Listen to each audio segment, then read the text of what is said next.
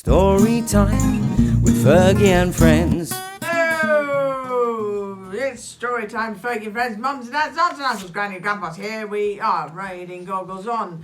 Skadoodle and Snug's magnificent plan. Caroline Tuohey and Karen Sagavac. Okay, here we go. Skadoodle and Snug both resided in town. One was Miss Willis, the other Joe Brown. Each little dog loved their owner to bits, but knew that their pairings were really the pits. Young Joe was quite sporty. He loved a long run. Poor Snug thought that running was not much fun at all. And Joe loved his pug, so he slowed to a jog, while Snug lumbered on like a four-legged log. Miss Willis was older and potted indoors. Skadoodle preferred to be out on all fours. She wished that Miss Willis would throw her the ball. Being stuck in the house gave her no joy at all. And Snug quite agreed. She and Joe were mismatched, so a plan to improve things was cleverly hatched. Each dog dug a hole and met under the fence. They'd simply swap owners. It made total sense. Skadoodle loved running. She'd keep up with Joe, and Snug thought a nap with Miss Willis. The go. They carefully sorted their canine disguises. A plan of this boldness must have no surprises. And with clever employ of a cushion and rug, Skadoodle the poodle became Snug the pug. Then Snug found some props that made curls around her nose and raced to the garden to sniff a red rose. Now Joe and Miss Willis wore glasses to see. They'd spot a dog swap just as quick as can be. So when both of the humans returned for the day, the dogs hid those glasses well out of the way. Miss Willis sat down for an afternoon nap, and Snug snuggled happily onto her lap. Skadoodle and Joe headed off to the park. They ran and they ran, till the day turned to dark. Hello, my Skadoodle. Hello, Skadoodle. Hello, Skadoodle. Hello, Skadoodly-doo. Hello. Hello. And later that night, they both peacefully dreamed.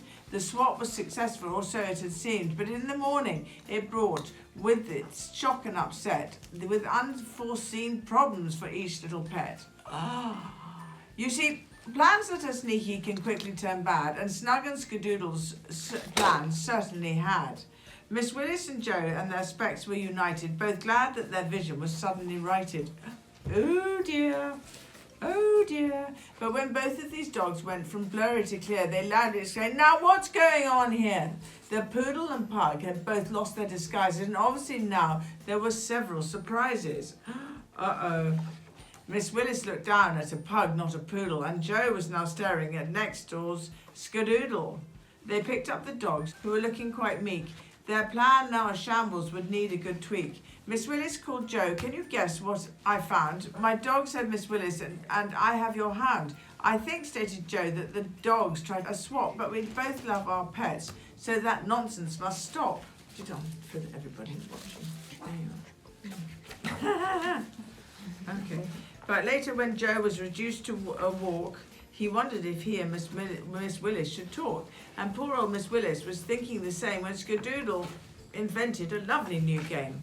So when they both met, once again on the gate, they laughed and declared, "This just has to be fate." They happily swapped back the poodle and pug and gave their new pets a big welcome home hug. Muddy paws roam, and life for those dogs went from good to sublime. They couldn't have asked for a lovelier time. Skadoodle and Joe won the Muddy paws roam.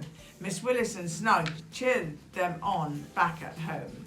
Oh, that's very good. Well done, Caroline and Karen. Look how wonderful that is. Well done. You get one of those now. You get that. Yeah.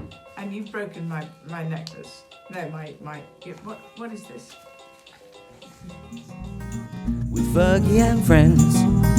With Fergie and friends.